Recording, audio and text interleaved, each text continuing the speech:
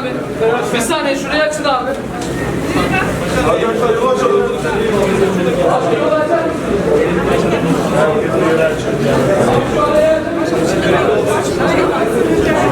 Hayırlı olsun başkanım inşallah.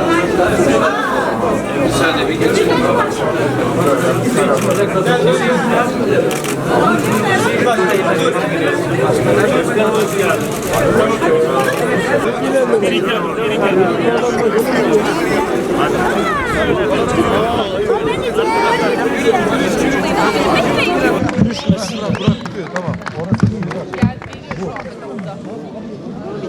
Bırak oraya tut, tamam. Kumar Erdal abi, Erdal abi gel. Nereden olacak bırak? Ha, burada. Efendim Buradayım. Basın açıklaması için elimi Tamam, kaldırıyorum. bırak. Arkadaşlar Tamam, şurayı bırak. biraz açalım.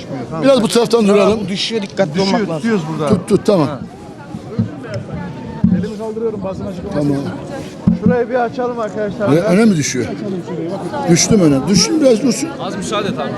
Şurayı açabilir miyiz? Çok mikrofon var. Yok öyle olmaz. Böyle tutmam yeterli. Eğiliriz birazdan. Tamam mı? Sıkıntı olmaz arkadaşlar. Ben eğileceğim, Erdal da eğilecek. Arkadaşlar Şurayı bir aç, kurban olayım. Sinan abi şu sağ taraf, Sinan abi. Şurayı bakın bir rahatlatalım. Değerli basın mensupları, bugün İstanbul'da ve Türkiye'nin 80 vilayetinde, ilçelerde, beldelerde, köylerde, mahallelerde yerel seçimler yapılıyor. Seçime oldukça yoğun bir ilgi olduğunu görüyoruz. Bugün gelecek 5 yıl için yerel yöneticilerimizi seçeceğiz.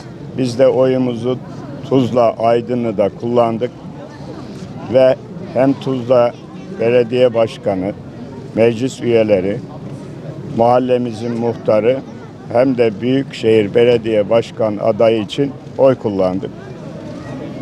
İstanbul'umuz için, 39 ilçemiz için, Tuzla için hayırlı uğurlu olmasını diliyorum.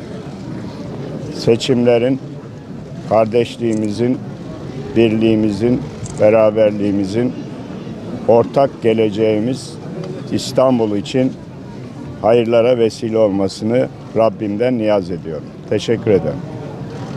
Efendim, seçim boyunca hep şeyi söylediniz. Torunlarımı çok özledim dediniz. Bugün de torunlarınızla beraber geldiniz oy kullanmaya.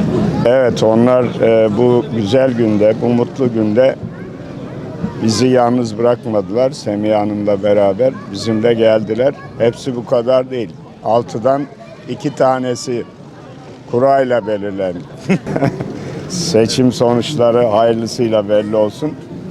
Ona göre bizim kanalı izlemeye devam edin. Takip edeceksiniz efendim seçim sonuçlarına bir planlama yaptınız mı evinizde ya da merkezde? Her ikisi de var. Evet. Teşekkür ederim. ederiz arkadaşlar. Sağ olun. Sağ olun. Başkanım Aydın'ın Geçin. sizinle de Şadi Başkan'la Sağ olun. Sağ olun.